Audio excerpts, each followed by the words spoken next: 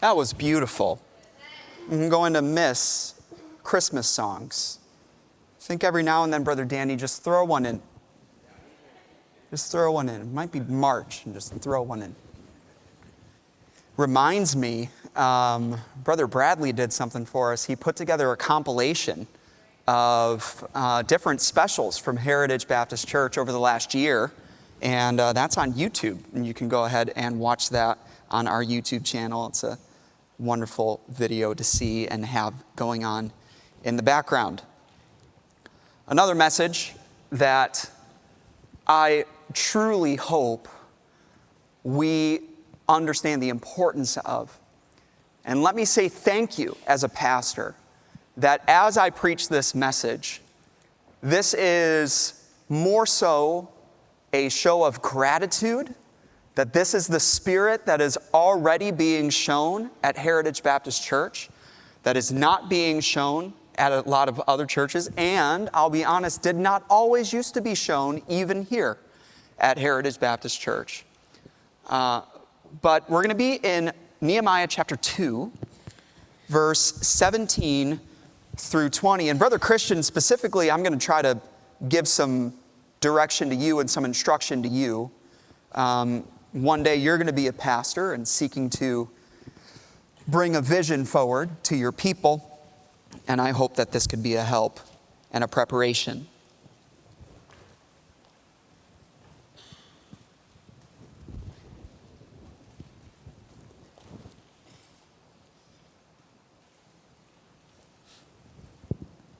Remember, this is after Nehemiah has done his night survey that nobody knows about.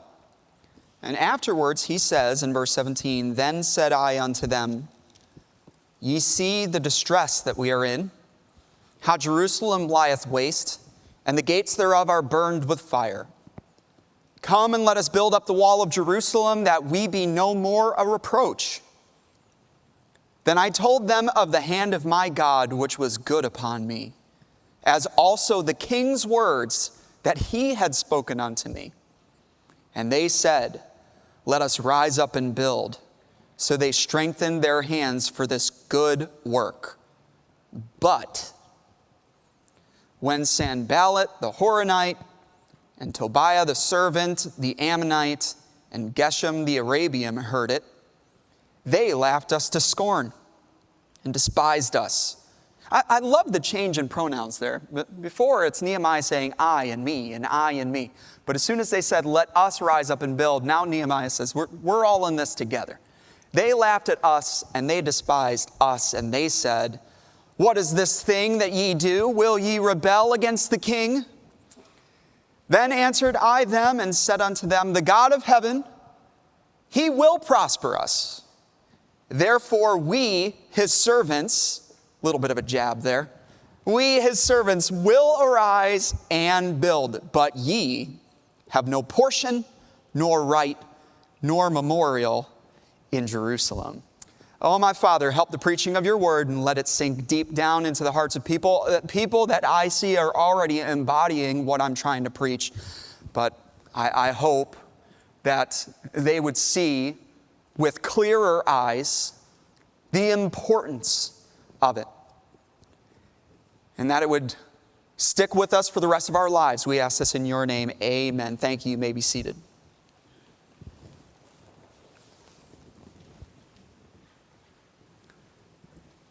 In 1910, not long after leaving the presidency, Theodore Roosevelt delivered an academic lecture at the Sorbonne in Paris, France. It's a well-known place of education where the auditorium where he delivered this could seat at the time 1,500 to maybe 2,000 people. And knowing that many political leaders and government officials, scholars and cultural elites, but most importantly, knowing that students would be there, students who represented the next generation, Roosevelt chose to address a specific matter in that speech that lasted only 50 minutes in regards to time, but has lasted over a century now in regards to memory. He had a great concern over the rise of what he called passive criticism in democratic societies especially. It bothered him to observe a growing subculture of people who never risked leadership but felt entitled to judge leadership. Those who sought to teach others how to carry weights that they themselves had never carried. Those who never built what the people they were mocking were trying to build. And toward the beginning of his speech, he said these words that hit ears so harshly, the echo is still lasting today. It is not the critic who counts, not the man who points out how the strong man stumbles or where the doer of deeds could have done them better. The credit belongs to the man who is actually in the arena, whose face is marred by dust and sweat and blood, who strives valiantly, who errs and comes short again and again, because there is no effort without error and shortcoming. But who does actually strive to do the deeds, who knows the great enthusiasms, the great devotions, who spends himself in a worthy cause, who at the best knows in the end the triumph of high achievement, and who at the worst, if he fails, at least fails while daring greatly, so that his place shall never be with those cold and timid souls who know neither victory nor defeat. I suppose that this message could have easily been entitled, "We're searching for a man among us who will have the courage to lead." And certainly we agree we need more of those. We need more preachers. We need more pastors who will not fear the faces of the people, but who will fear God alone. We need more presidents who will lead. We need more politicians who will lead. More so than that, we need more fathers who will lead. We need more husbands who will lead. We need more bosses who will lead. We need more teachers who will lead.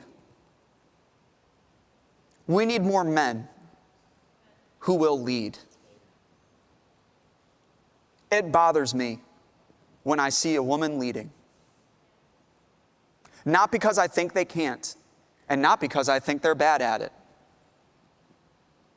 But it's telling me somewhere, for the most part, if a woman is leading, it tells me somewhere there's a man sitting on his goodly heritage. And you know what? I appreciate a woman who will say, if no one else will do it, I'll do it. But goodness, how much has to go wrong before that happens? I think men who will lead are rare, even in the best of circumstances. But I fear that they're becoming even more extinct. And not because God isn't calling leaders, but because people are quicker to criticize leaders than they are to follow them. And what is the man with even the greatest capacity to lead supposed to do when people refuse to follow? And followers are very quick to say the greater the leadership, the more the fellowship. Read your Bible, even the Lord himself. Many more forsook him than followed him. There is a built-in rebellion in human nature not to appreciate authority. It's not that we have forgotten the truth. I don't know that we've ever grasped the truth that we do better when our leaders succeed. And one thing that the Bible, especially the Old Testament, showed is we do not do well without leadership. Now, certainly, first and foremost, God ought be the leader. But God, in his leadership, chooses people. And specifically chooses men to lead. And wherever you see a leader being called by God, you will see someone criticizing that leader. I see before us tonight two groups of people. And they both have their responses, and they both have their reasonings, and they both have the results that it brings them. The question is, which group do you belong to? Which group do you wish to belong to? Which group will you belong to? First of all, let's look at the responses of these two groups, and they could not be more different. You have group one, and they said, "Let us rise up and build." And they strengthened their hands for this good work. Group two, they laughed us to scorn and despised us and said, "What is this thing that ye do? Will you rebel against the king?" Now, one would think, brother Christian, that such different responses would be because group one saw and heard one thing, and then group two saw and heard something else entirely. But that is not what happened. Both groups saw the same destruction. Both groups were subject to the same danger. And both of them heard the same vision, but they differed in how they chose to view that vision. And more specifically, they differed in how they chose to view the man who was presenting that vision. The difference was not based upon information. It was based upon interpretation. And I am amazed at how often the same thing that will inspire one to strengthen his hands to do something will inspire another one to open his mouth to criticize. And in the same church, you have people over here who are all for it, and you have people over here who are completely against it. The only difference is the heart. Same leader, same vision, same goal. The only difference is the heart. And what is the reason behind those differences of heart? And I studied it out, and I think you'll be amazed to see how relevant this still is. Here's a reason. Group number one supported the vision because they heard God was for it. Verse 18, "Then I told them of the hand of my God, which was good upon me." When group one heard that, let's rise up and build. God is working. God is doing something. Group number two opposed it because they worried that man was against it. Will ye rebel against the king? Wait a second. Even if we were rebelling against the king, if God be for us,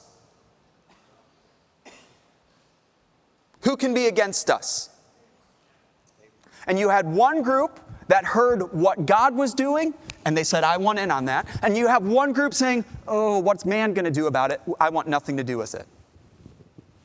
Do not judge a vision. Lady, do not judge what your husband is trying to do horizontally before you do it vertically.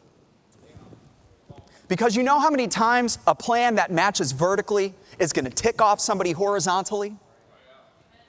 And children, don't judge your parents' vision for you and choice for you based on horizontal wisdom, vertical wisdom. And church members, do not judge the direction of a church horizontally. Judge it vertically. Ask yourself, is God in this?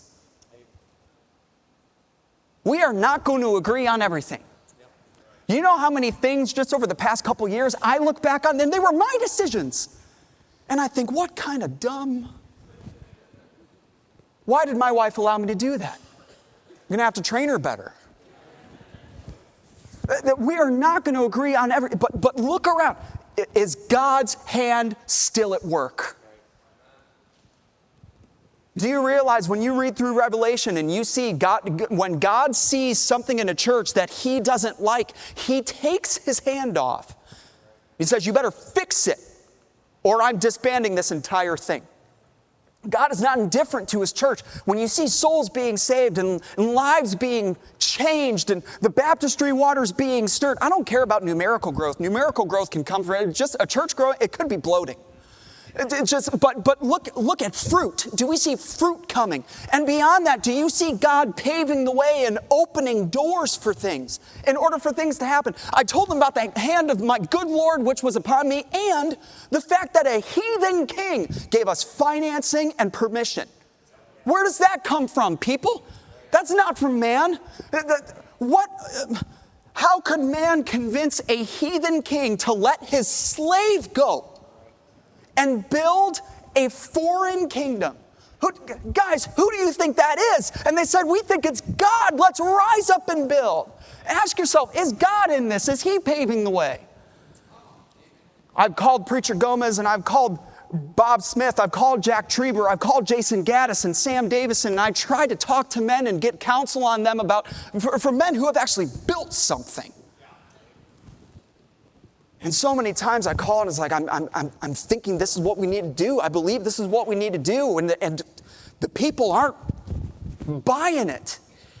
And I feel like God is opening a door and they're slamming it shut. And each and every one said this in one way or another, Christian. You remember this. They said, son, when man shuts a door, you kick it down. You know how many times God is going to say something and it completely goes against man? We're looking at things the wrong way. Group number one said, let's do it because God's for it. And we ought to be sure. Group number two said, I think man might be against this, so we shouldn't do it. Here's another one. Group one's support was based on information.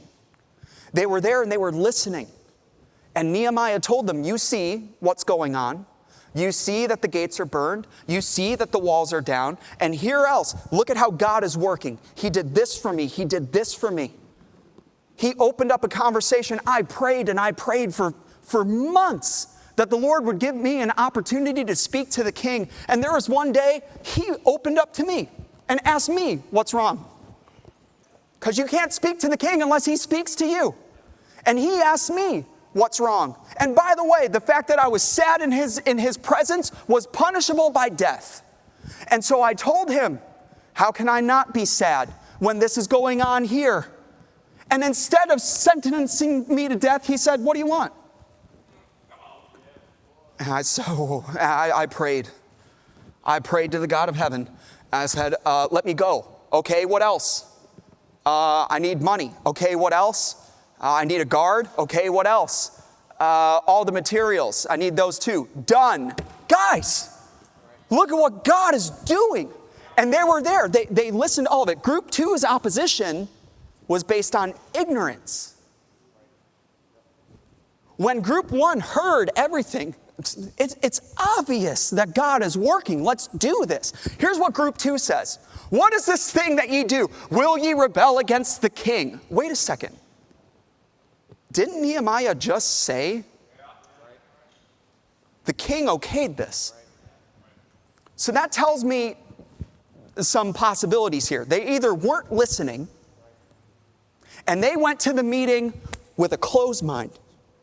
And there's absolutely nothing you can do. And they're back there whispering about all the reasons not to do it, and they probably missed. If they were there, they missed a pretty big part of it. Or, more than likely, they weren't even there. They weren't even there. I ain't going. Why would I go to hear that guy? And so, instead of getting information, all they hear is a synopsis of what the leader is trying to do through the grapevine, and immediately they make their decision that this is foolish and this is hasty, rather than going up to the leader and asking a humble question, or better yet, show up. Now, I cannot tell you people, I cannot tell you how many times I failed as a leader to inform you all. And it led to opposition. And I had to, Johnny, you can't just, hey guys, I know it's Sunday, but tomorrow we're putting 3,000 flags out in the front yard. Shh, hush. Brother Dusty still hasn't let me live that down. I can tell you of too many times where I have failed with communication in that area. And I'm not surprised when I have people, good people, come up and say, what if? And what about? And what if? And what about? And I can't get mad at that.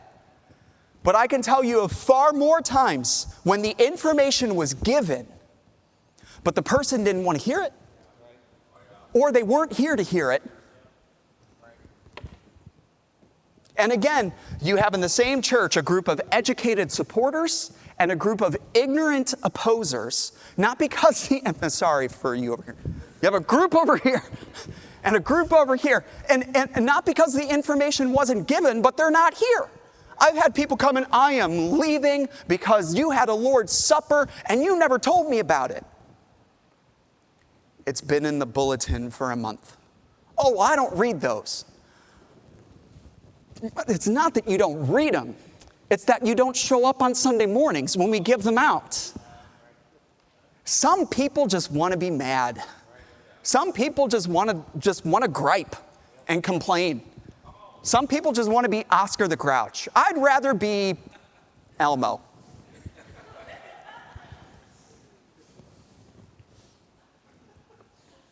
I love, my wife and I, we like watching the Live PD and On Patrol Live and all those different things. And there's this one guy that we loved watching, and he retired now. He's actually now a commentator on it. And he's just this no-nonsense guy from Oklahoma. And I remember one time he goes up and he pulls somebody over and he's running everything, and he realized, oh, warrant for this and for that and for that. So he goes up and step out of the car, sir. Whoa, I just step out of the car, sir. Well, I don't understand. Step out of the car, sir, before I make you step out of the car. And he's old. He's just done. He's just done. Like, I'm 3 months away from retiring. There's nothing that I haven't seen, and there's nothing that I'm not willing to do. Just step out of the car. And the guy steps out of the car and turn around for me. Whoa, am I being placed under arrest? Well, it sure looks like it, doesn't it? I mean, his sarcasm is wonderful. You have a warrant for your arrest, and because of this, I didn't know I had a warrant. Well, listen, if you have a warrant, I promise you we've tried to reach out to you. We've sent letters, we've made calls. Well, I don't have the same phone number. Well, we've sent letters. Do you still live at this place? Well, yeah, I still live at this. Well, we've sent letters. Well, I didn't open those. And I remember him putting them in the back of the car and say, sir, it's our responsibility to send you the letter. It's your responsibility to check the mail.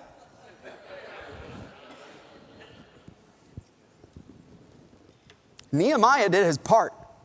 This is what's going on. This is what has led us. And the people that heard the information said, let's do it. And the people who didn't, it sounds like a bad idea to me. Here's another one. Group 1 trusted where information lacked.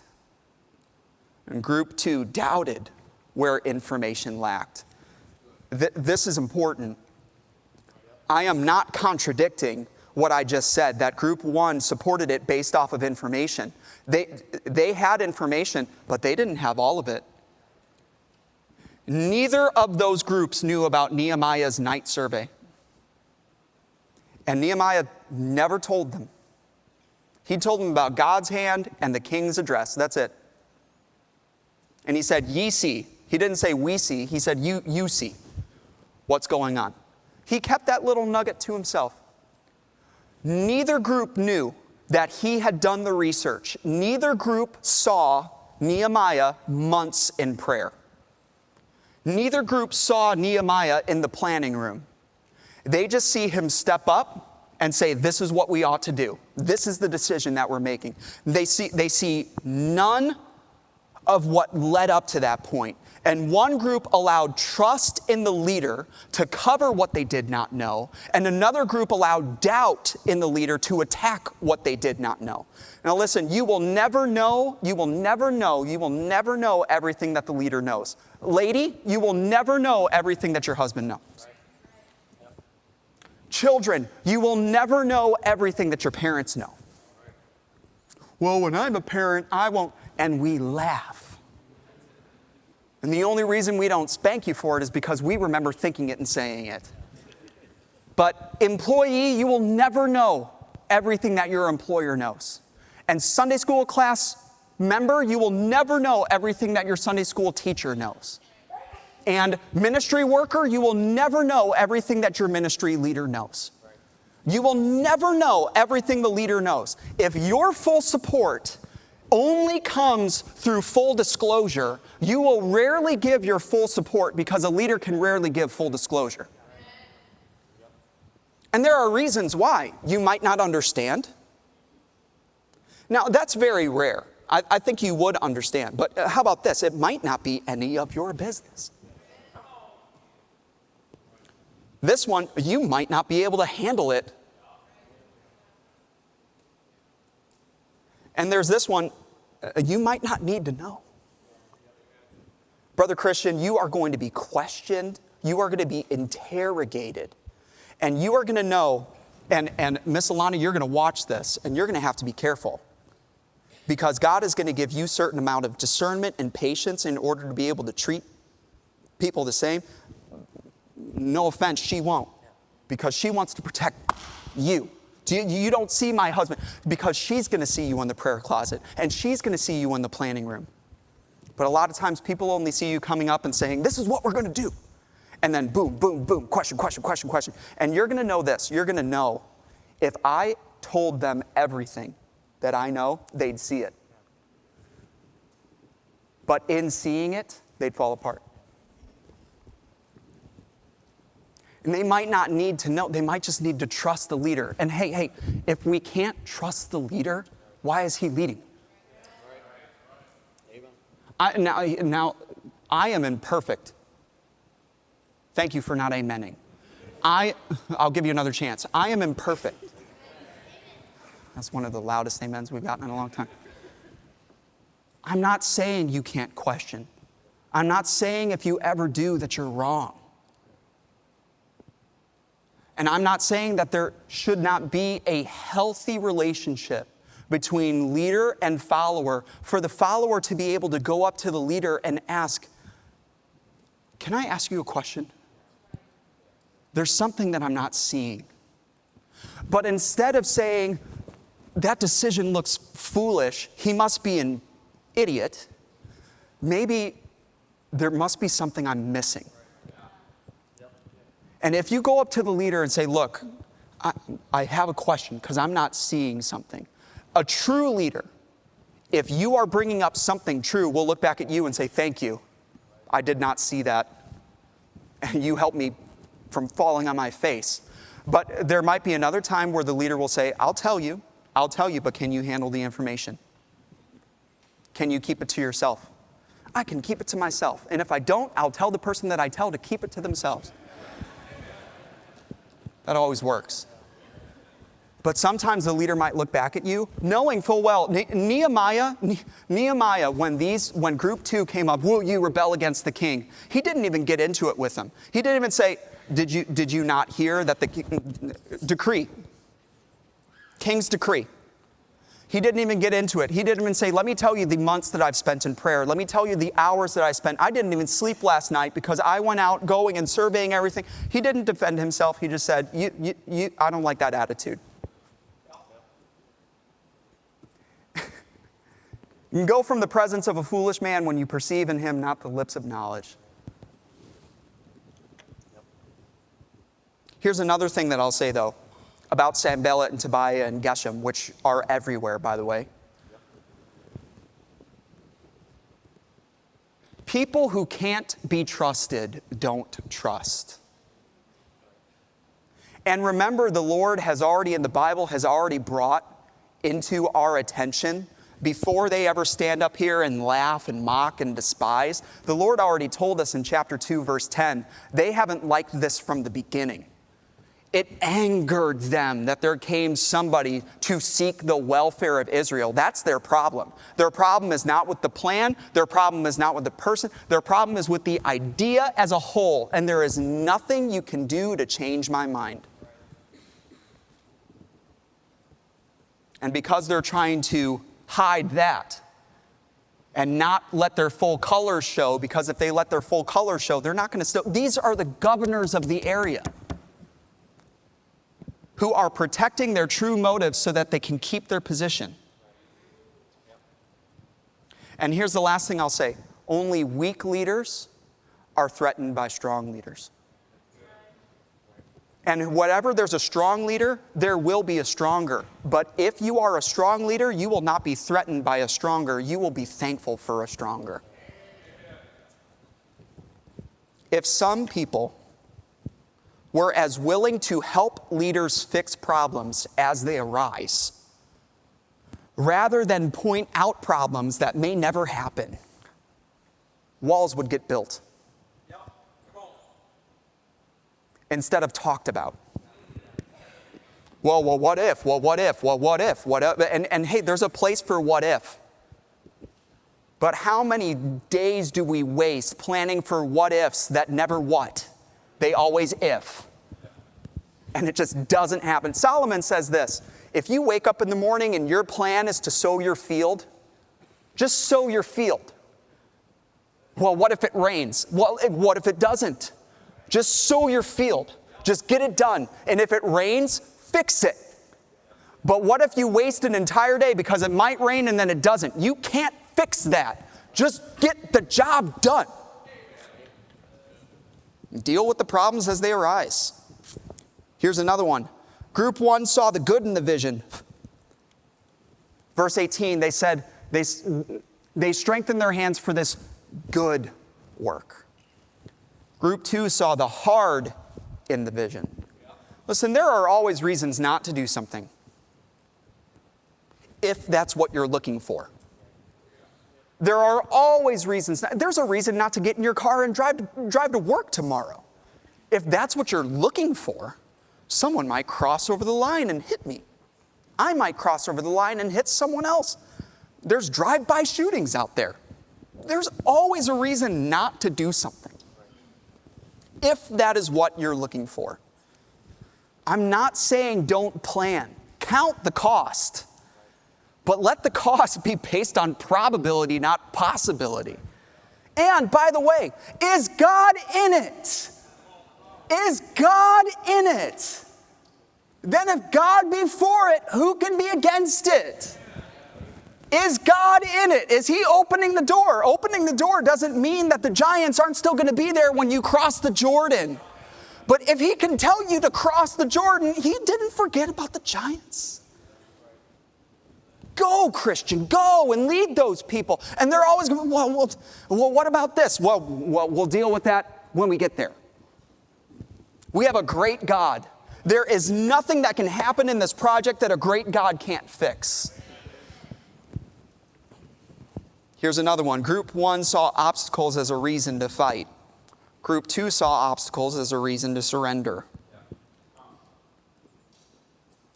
I have been pastor for six years? Love, help me. 6 years? Do you even know what I'm talking about? Have you been paying attention? Oh, you're taking notes. I love you. 6 years? 6.5. Let me tell you something I've learned. When 5 months into taking over, COVID hits.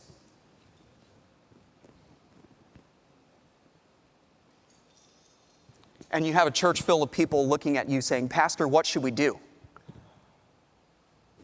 And I call the older pastors and I say, what should we do? I don't know. We've never gone through this before.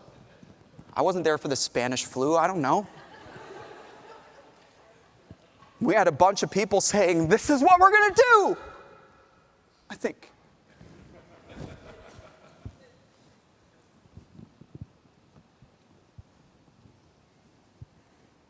One of our good men died from COVID.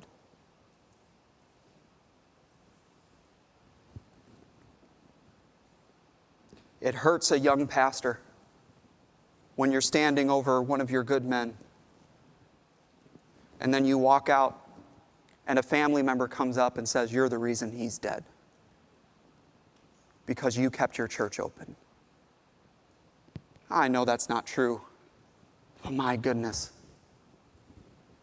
that hurts. It hurts when betrayal comes.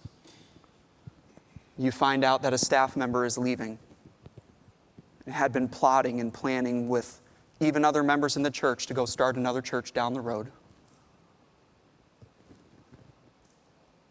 And when it doesn't happen, he goes and takes a position with a good friend of yours who was counseling him behind my back to do so. It hurts. But throughout it all, God was there. And we kept on seeing souls saved, and we kept on seeing people baptized, and we kept on seeing people join. And there was always a group of people that said, "Pastor, let's go. Let's go. Let's rise up and build."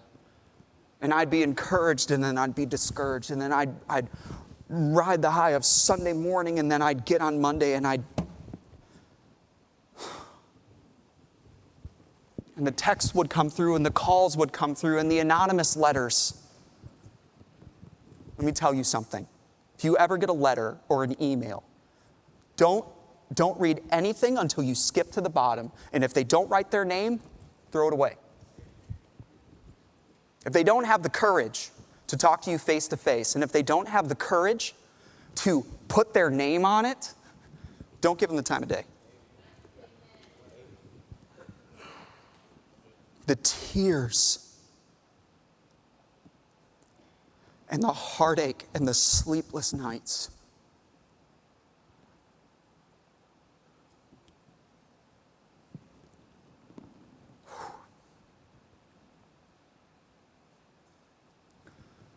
Look at what God has done. I would not trade any of you for anybody. There are men in here I trust with my life, I trust with my wife. There are people in here, if we had to charge hell itself, I believe the gates of hell would not prevail. Because you love God and you love the church and you love this preacher. Look at what God has done. But through all of that, I have learned, Christian, there is no building without bleeding. And as long as you avoid bleeding, you will avoid building. View obstacles as a confirmation to work, not a justification to sleep. These are the same people who for 16 years under the leadership of Joshua and Zerubbabel did nothing because of obstacles. And Nehemiah came and said, "We will not waste any more time because of obstacles. Let's rise to overcome the obstacles, not see them as a reason to do nothing." And here are the results. Group 1 had the privilege of taking part in God's work. And we're going to look maybe next week at chapter 3 where it's just so-and-so was here building this, and so-and-so was here building this, and so-and-so was here building this. And all throughout that there's these little nuggets that people didn't know. They were building where the Messiah was going to be healing a blind man a little bit later, and they had no clue. You had one guy, he was the leader of half of a city. Half of a village. He's the leader of half of a village. And you know what straw he pulled? Dung gate. Honey, I got the job. Yeah, where are you? The King's Gate? Well, it's a type of throne. We'll leave it at that.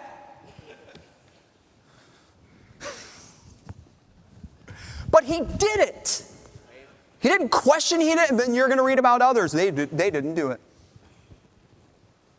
And we're going to look into getting to be a part of God's work. That was their reward. Hey, sweat, toil, danger, fear, sleepless nights, sweat, toil, fear, sleepless nights, sweat, toil, sacrifice, sweat, toil, pain, blood and guts and pain and fear and all that stuff. But their names are written in the book because they supported the leadership, and because they supported the leadership, many of them became leaders themselves. I saw today, I just got to sit back and watch our men lead. Have you enjoyed today in service? Have you enjoyed the congregational singing? Because where are you? That man has stepped up to lead. Our visitors feel welcome. You know why? Because that man has stepped up to lead. 3 people were saved yesterday on the north side because that man stepped up to lead. I enjoyed that special because that man stepped up to lead. Can you hear me? You know why? That man stepped up to lead. We have marriages that are intact right now that shouldn't be intact because men stepped up to lead. Are you happy that we have a church filled with young people? Because that man stepped up to lead. And because that man stepped up to lead. I got to be in the ambassador class this morning, and there was a time where Brother Darren was up there and he had to lead, and he led beautifully. And he led in such a way where nobody even knew that something was going on. But he was just a man. And he stepped up and he led.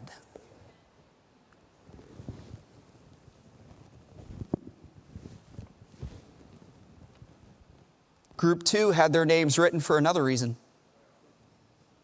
And as enemies of God and anchors to the ship of faith, their punishment is just. God just went along without them. No part.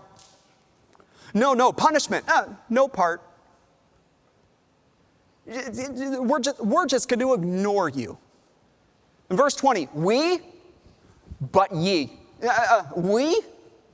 We're going to do this. But you have no portion, no right, nor memorial. You will have no part of this now. You will have no part of this later. You will have no part of this ever. Christian, when you have anybody who's just a boat anchor, they're not the 2, they're the 10.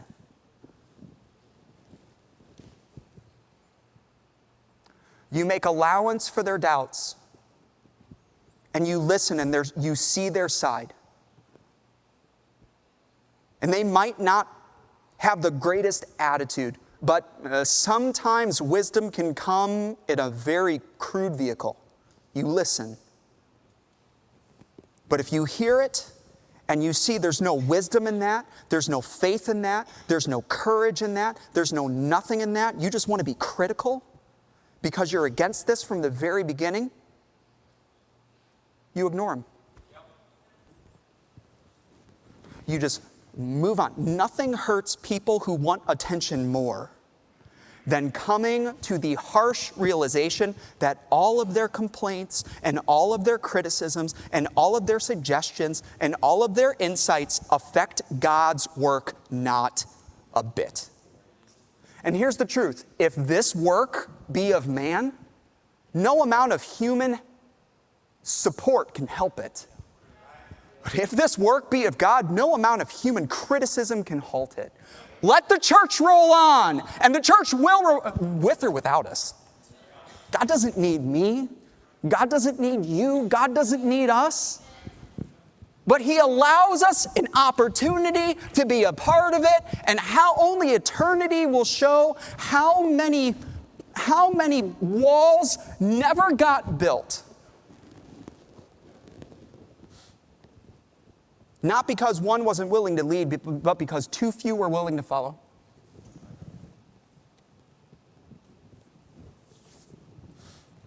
cities left in darkness because God calls a man to go and start a church, and people won't follow.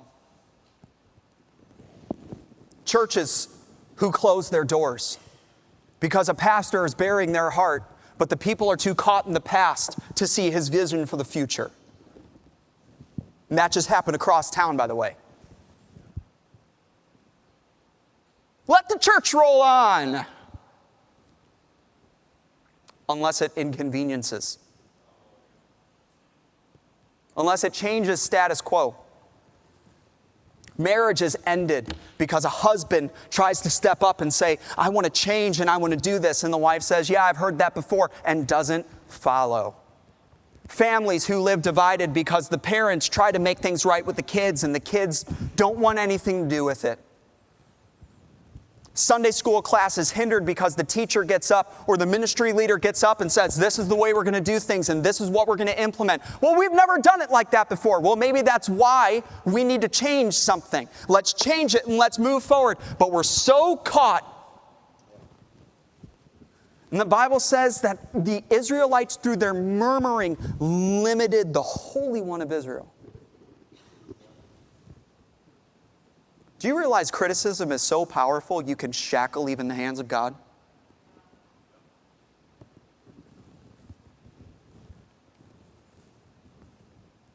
Eternity alone will show how many souls went to hell. And how many ministries were shackled. Because in the moments when a vision was presented, in the moments when a leader stood up, instead of asking, how can I help get this done? We instead ask, why should this be done? And instead of viewing the grapes of Eshcol, we view the giants in the land. And instead of viewing how big our God is, we view how big the giants are. And those who could have built the idea instead mock it. And those who could have said, let us rise up and build, instead laugh at those who do. Listen, anybody can criticize. It takes no courage. It takes no wisdom. It takes no intellect. It takes no strength. It takes no sacrifice, and it certainly takes no faith. Every deed worth doing will breed doubtful questions as well as inspiring thoughts. And it takes a rare person, Christian, to see beyond the rubble and see the wall. And when men like that step up, when a man like Brother Mark and Brother John and Brother Danny and Brother Matt and Brother Christian and Brother Ben, and when men like your husband stand up, and I could go along and go along and go along, and perhaps even me, when men like that step up and they see beyond the rubble and they see the wall, those men should be supported with enthusiasm, not opposed with criticism.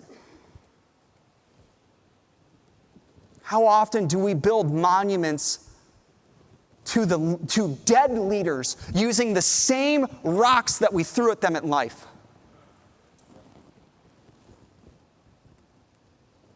Do we have an authority problem in America? Or do we have a problem with authority? The first sin in heaven was from a second man who wanted to be like the first. And remember, the Savior who undid all of that junk was first, but made himself of no reputation. He said at the Last Supper, if I then, your Lord and Master, have washed your feet, ye also ought to wash one another's feet. And let me say this to kind of wrap all of this up, Christian. A true leader serves his people. He doesn't force his people to serve him. But I have observed too few in churches who are content with being second, let alone last. All the while failing to understand the person who is first never asked to be. And also forgetting that if he who is first truly is the God-given leader, then he's not first. Follow him as he follows Christ. But if he follows Christ, follow him. I love that I can stand with integrity and say that when I worked for the previous pastor, there was never a time I let anybody come up to me and say, why do you think he's doing it? Hush. Well, I don't see, neither do I. Hush. There he is over there. You want to go ask him? Go ask him. Oh, I don't want to ask him. So all you want to do is gossip. Go ask him. I remember a time we had a previous pastor come in, and he used to sit right over here in what is now Hibbett's Hall. And he came up to me and said, hey, I want to meet with you. I want to have coffee with you. I just want to talk to you about some things. I want to get to know you. You seem like a good guy. Flattery, flattery, flattery, flattery, flattery. He even called me handsome at one point. Now I know you're lying. And I knew exactly what it was. I said, okay, I'll have coffee. I went up to the pastor. What's his story? I don't know. He's kind of new here. Well, he invited me out to coffee. What do you think? Well, yeah, go ahead. Go ahead. I don't think there's anything wrong. Within 5 minutes, after 4 minutes of bloviating and pumping my head up, I was Superman.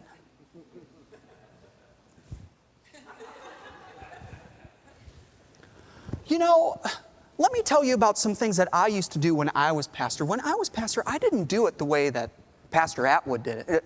Hush. I was 20, help me. I was 24, 25? When did I come here? I was 26. I was 26. I'm pretty sure my voice cracked when I said, hush.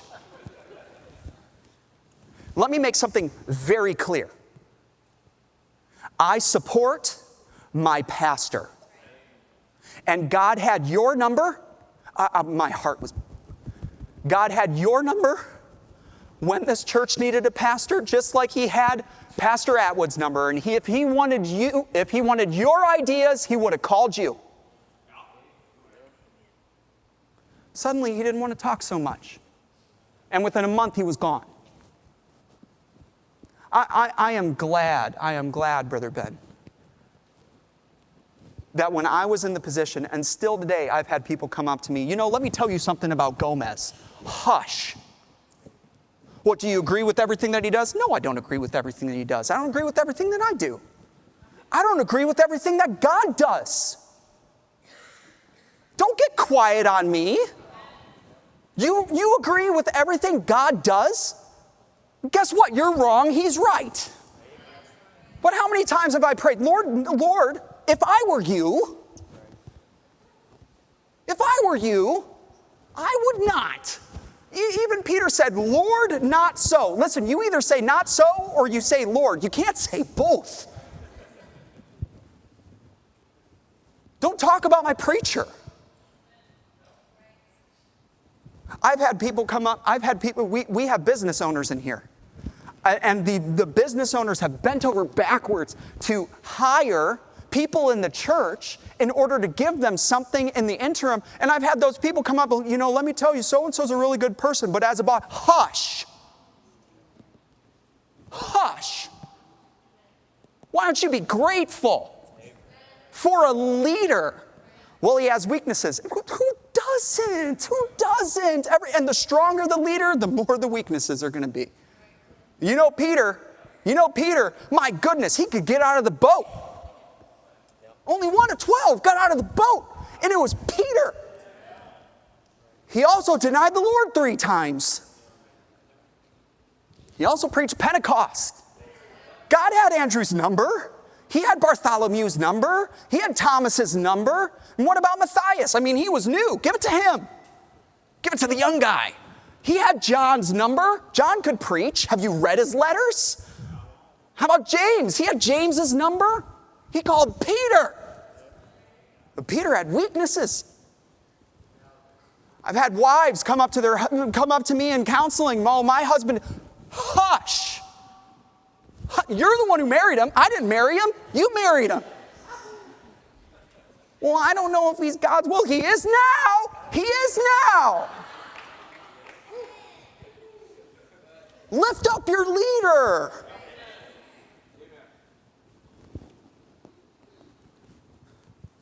I don't know that I've ever had a teenager come and complain about you. Miss Emily.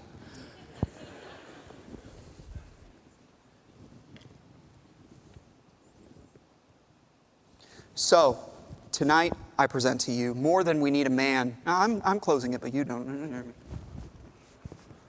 More than we need a man among us who has the courage to lead, I present to you, we need people among us who have the willingness to follow. Every work of God draws a line between those who will be part of it through support and those who will be excluded from it because of criticism. And I know that I've preached very black and white tonight. I hope that you know my heart.